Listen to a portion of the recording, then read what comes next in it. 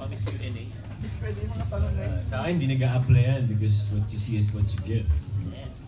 Yeah, I mean, life is too short. I don't want to live a boring life. So, kaya, you know, I always follow my gut.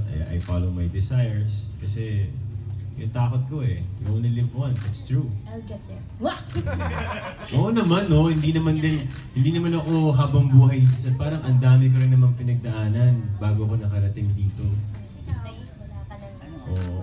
Oo. So,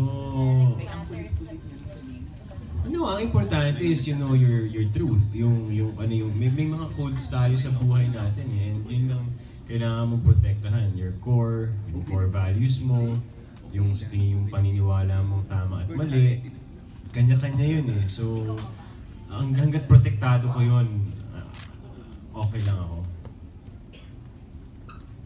Ano ba, Alex?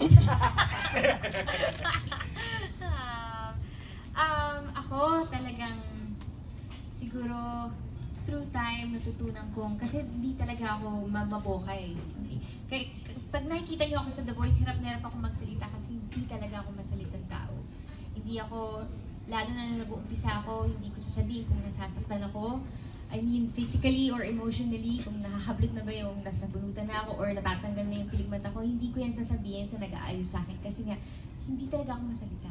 So ngayon lang, nung nag-umpisa ako maging coach sa The Voice, eto naman, as in, direct, kung napapansin yata ng director ko, wala na akong preno. Alam mo yun, direct, kasi ganito.